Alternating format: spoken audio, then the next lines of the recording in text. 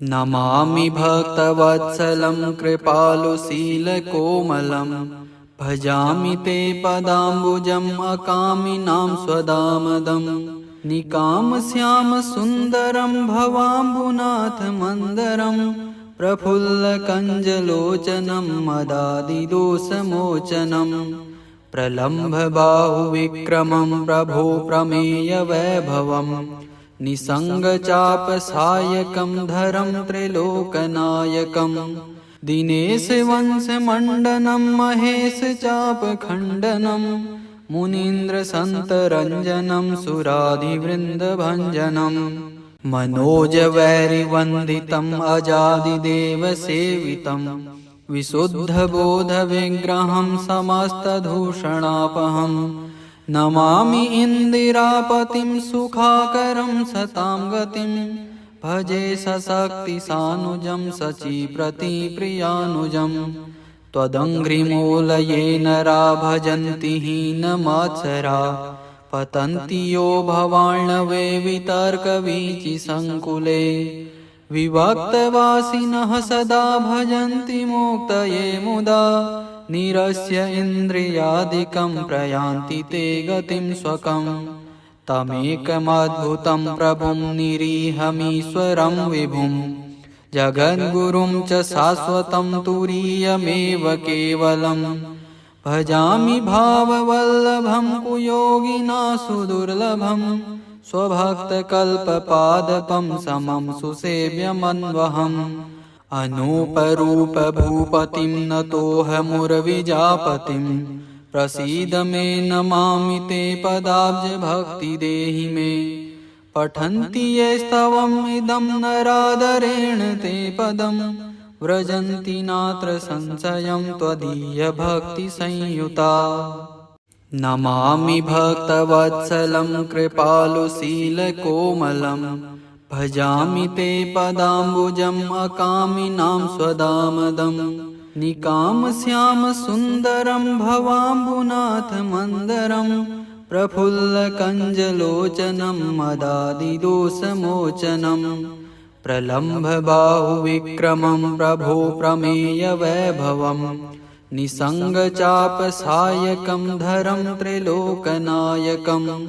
दिनेशवंशमण्डनं महेशचापखण्डनं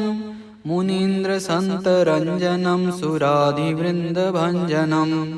मनोजवैरिवन्दितम् अजादिदेवसेवितं विशुद्धबोधविग्रहं समस्तदूषणापहम् नमामि इन्दिरापतिं सुखाकरं सतां गतिं भजे सशक्तिसानुजं शचीप्रतिप्रियानुजं त्वदङ्घ्रिमूलये नरा भजन्ति हीनमात्सरा पतन्ति यो भवार्णवे वितर्कवीचिसङ्कुले विभक्तवासिनः सदा भजन्ति मुक्तये मुदा निरस्य इन्द्रियादिकं प्रयान्ति ते गतिं स्वकं तमेकमद्भुतं प्रभुं निरीहमीश्वरं विभुं जगद्गुरुं च शाश्वतं तुरीयमेव केवलं भजामि भाववल्लभं कुयोगिना सुदुर्लभं स्वभक्तकल्पपादपं समं सुसेव्यमन्वहम् अनूपरूपभूपतिं नतोऽहमुर्विजापतिं प्रसीद मे नमामि ते पदाब्जभक्तिदेहि मे पठन्ति ये स्तवम् इदं नरादरेण ते पदं व्रजन्ति नात्र संशयं त्वदीयभक्तिसंयुता नमामि भक्तवत्सलं कृपालुशीलकोमलं भजामि ते पदाम्बुजम् अकामिनां स्वदामदं निकामश्यामसुन्दरं भवाम्बुनाथमन्दरं प्रफुल्लकञ्जलोचनं मदादिदोषमोचनं प्रलम्भबाहुविक्रमं प्रभो प्रमेयवैभवम् निसङ्गचापसायकं धरं त्रिलोकनायकं दिनेशवंशमण्डनं महेशचापखण्डनं मुनीन्द्रसन्तरञ्जनं सुराधिवृन्दभञ्जनं मनोजवैरिवन्दितम् अजादिदेवसेवितम् विशुद्धबोधविग्रहं समस्तदूषणापहम् नमामि इन्दिरापतिं सुखाकरं सतां गतिं भजे सशक्तिसानुजं शचीप्रतिप्रियानुजं त्वदङ्घ्रिमूलये नरा भजन्ति हीनमात्सरा पतन्ति यो भवार्णवे वितर्कवीचिसङ्कुले विभक्तवासिनः सदा भजन्ति मुक्तये मुदा निरस्य इन्द्रियादिकं प्रयान्ति ते गतिं स्वकम् तमेकमद्भुतं प्रभुं निरीहमीश्वरं विभुं जगद्गुरुं च शाश्वतं तुरीयमेव केवलम् भजामि भाववल्लभं कुयोगिना सुदुर्लभं स्वभक्तकल्पपादपं समं सुसेव्यमन्वहम् अनूपरूपभूपतिं नतोऽहमुर्विजापतिं प्रसीद मे नमामि ते पदाब्जभक्तिदेहि मे पठन्ति ये स्तवम् इदं नरादरेण ते पदं व्रजन्ति नात्र संशयं त्वदीयभक्तिसंयुता नमामि भक्तवत्सलं कृपालुशीलकोमलं भजामि ते पदाम्बुजम् अकामिनां स्वदामदं निकामश्यामसुन्दरं भवाम्बुनाथमन्दरं प्रफुल्लकञ्जलोचनं मदादिदोषमोचनं प्रलम्भबाहुविक्रमं प्रभो प्रमेयवैभवं निसङ्गचापसायकं धरं त्रिलोकनायकं दिनेशवंशमण्डनं महेशचापखण्डनं मुनीन्द्रसन्तरञ्जनं सुराधिवृन्दभञ्जनं मनोजवैरिवन्दितम् अजादिदेवसेवितं विशुद्धबोधविग्रहं समस्तदूषणापहं नमामि इन्दिरापतिं सुखाकरं सतां गतिं भजे सशक्तिसानुजं शचीप्रतिप्रियानुजं त्वदङ्घ्रिमूलये नरा भजन्ति हीनमात्सरा पतन्ति यो भवार्णवे वितर्कवीचिसङ्कुले विभक्तवासिनः सदा भजन्ति मुक्तये मुदा निरस्य इन्द्रियादिकं प्रयान्ति ते गतिं स्वकम् तमेकमद्भुतं प्रभुं निरीहमीश्वरं विभुं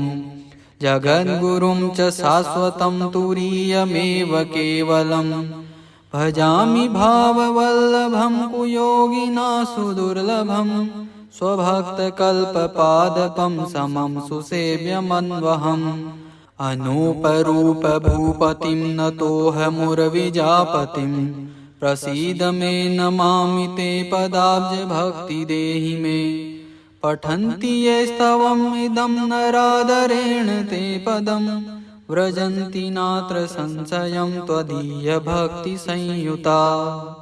नमामि भक्तवत्सलं कृपालुशीलकोमलं भजामि ते पदाम्बुजम् अकामिनां स्वदामदं निकामश्यामसुन्दरं भवाम्बुनाथमन्दरं प्रफुल्लकञ्जलोचनं मदादिदोषमोचनं प्रलम्भबाहुविक्रमं प्रभो प्रमेयवैभवं निसङ्गचापसायकं धरं त्रिलोकनायकं दिनेशवंशमण्डनं महेशचापखण्डनं मुनीन्द्रसन्तरञ्जनं सुराधिवृन्दभञ्जनं मनोजवैरिवन्दितम् अजादिदेवसेवितं विशुद्धबोधविग्रहं समस्तदूषणापहं नमामि इन्दिरापतिं सुखाकरं सतां गतिं भजे सशक्तिसानुजं शचीप्रतिप्रियानुजं त्वदङ्घ्रिमूलये नरा भजन्ति हीनमात्सरा पतन्ति यो भवार्णवे वितर्कवीचिसङ्कुले विभक्तवासिनः सदा भजन्ति मुक्तये मुदा निरस्य इन्द्रियादिकं प्रयान्ति ते गतिं स्वकम् तमेकमद्भुतं प्रभुं निरीहमीश्वरं विभुं जगद्गुरुं च शाश्वतं तुरीयमेव केवलम् भजामि भाववल्लभं कुयोगिना सुदुर्लभं स्वभक्तकल्पपादपं समं सुसेव्यमन्वहम् अनूपरूपभूपतिं नतोऽहमुर्विजापतिं प्रसीद मे नमामि ते पदाब्जभक्तिदेहि मे पठन्ति ये स्तवम् इदं नरादरेण ते पदं व्रजन्ति नात्र संशयं त्वदीयभक्तिसंयुता नमामि भक्तवत्सलं कृपालुशीलकोमलं भजामि ते पदाम्बुजम् अकामिनां स्वदामदं निकामश्यामसुन्दरं भवाम्बुनाथमन्दरं प्रफुल्लकञ्जलोचनं मदादिदोषमोचनं प्रलम्भबाहुविक्रमं प्रभो प्रमेयवैभवं निसङ्गचापसायकं धरं त्रिलोकनायकं दिनेशवंशमण्डनं महेशचापखण्डनं मुनीन्द्रसन्तरञ्जनं सुराधिवृन्दभञ्जनं मनोजवैरिवन्दितम् अजादिदेवसेवितं विशुद्धबोधविग्रहं समस्तदूषणापहं नमामि इन्दिरापतिं सुखाकरं सतां गतिं भजे सशक्तिसानुजं शचीप्रतिप्रियानुजं त्वदङ्घ्रिमूलये नरा भजन्ति हीनमात्सरा पतन्ति यो भवार्णवे वितर्कवीचिसङ्कुले विभक्तवासिनः सदा भजन्ति मुक्तये मुदा निरस्य इन्द्रियादिकं प्रयान्ति ते गतिं स्वकम् तमेकमद्भुतं प्रभुं निरीहमीश्वरं विभुं जगद्गुरुं च शाश्वतं तुरीयमेव केवलम् भजामि भाववल्लभं कुयोगिना सुदुर्लभं स्वभक्तकल्पपादपं समं सुसेव्यमन्वहम् अनूपरूपभूपतिं नतोऽहमुर्विजापतिं प्रसीद मे नमामि ते पदाब्जभक्तिदेहि मे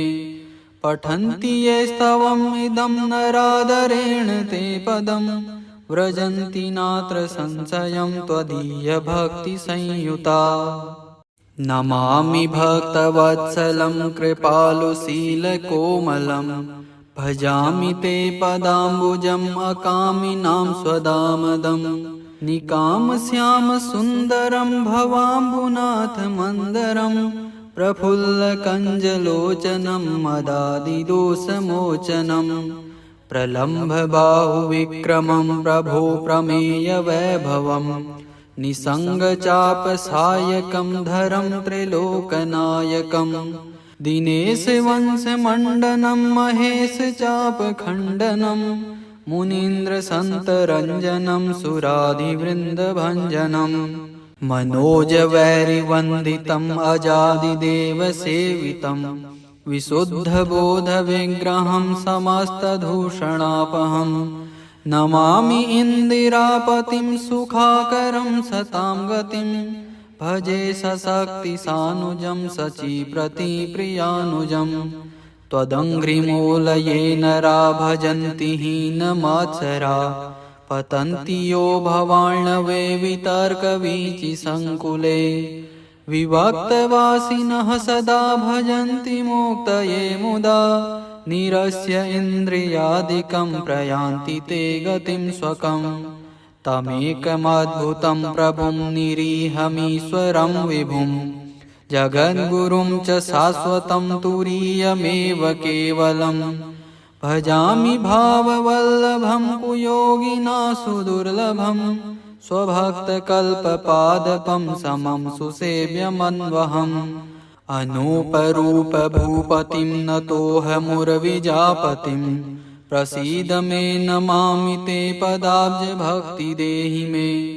पठन्ति ये स्तवम् इदं नरादरेण ते पदं व्रजन्ति नात्र संशयं त्वदीयभक्तिसंयुता